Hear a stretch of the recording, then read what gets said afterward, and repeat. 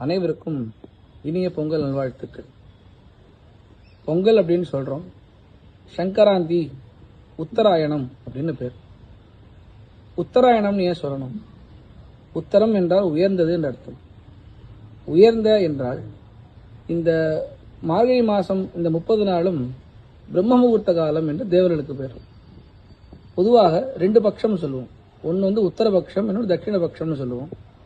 அதுல தை, மாசி, பங்குனி, சித்திர, வைகாசி, ஆனி ஆகிய 6 மாதங்களும் உத்தராயணம் என்றும், ஆடி, ஆவணி, புரட்டாசி, ஐப்பசி, கார்த்திகை, மார்கழி இந்த 6 மாசமும் தட்சிணாயன காலம்னு சொல்லுவோம் தேவர்களுக்கு. அவர்களுடைய அந்த இரவு பகலை பொறுத்து தான் நமக்கு இங்க உத்தராயணம் தட்சிணாயனம் நமக்கு பாகுபாடு ஏற்படுறது. இந்த சங்கராந்தி என்பது இந்த மகர ராசிக்குள்ளே சூரிய பகவான் பிரவேசிப்பதாகத்தான் நமக்கு எல்லா விதமான ஒரு ஆகமங்களும் எல்லா விதமான சாஸ்திரங்களும் சொல்லுகிறது. நமக்கு இந்த சங்கராந்தி என்றால் என்ன அர்த்தம்? அந்த காலனான சூரியன் வெளியே வரார், அதான் அர்த்தம்.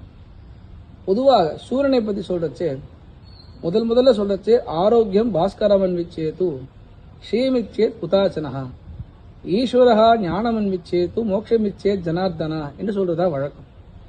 இதுல முதல்ல சொல்றச்சே பாத்தீங்கன்னா ஆரோக்கியம் பாஸ்கரவன் விச்சேது, சூரியன் வெளியே வந்தா தான் அத்தனை பேருக்கும், அந்த காலனான சூரியன் வெளியே வந்தா தான் நம்ம எல்லாருக்கும் ஆரோக்கியம்.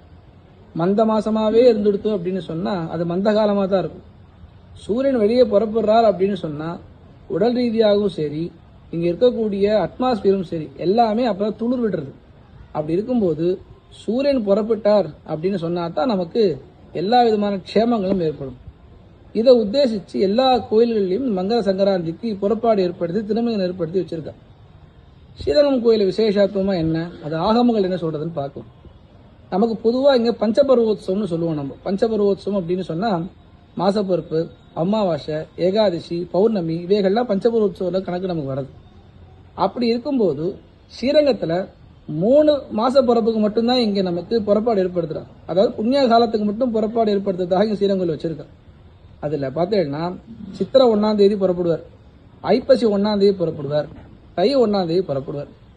இதை உத்தேசிச்சு ஆகமல் என்ன சொல்றது அப்படின்னா திரிவிதோத்சவம்னு சொல்லுவோம். 3 விதமான உற்சவங்கள், நித்தியம், நைமித்திகம், காமியம் என்று 3 விதமான உற்சவங்கள் இருக்கு.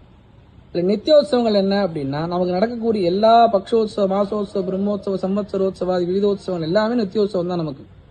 அடுத்து நைமித்திகமான உற்சவம்னா என்ன? இந்த கொரோனாவில் ஏற்படுற விபத்தோ உற்சவ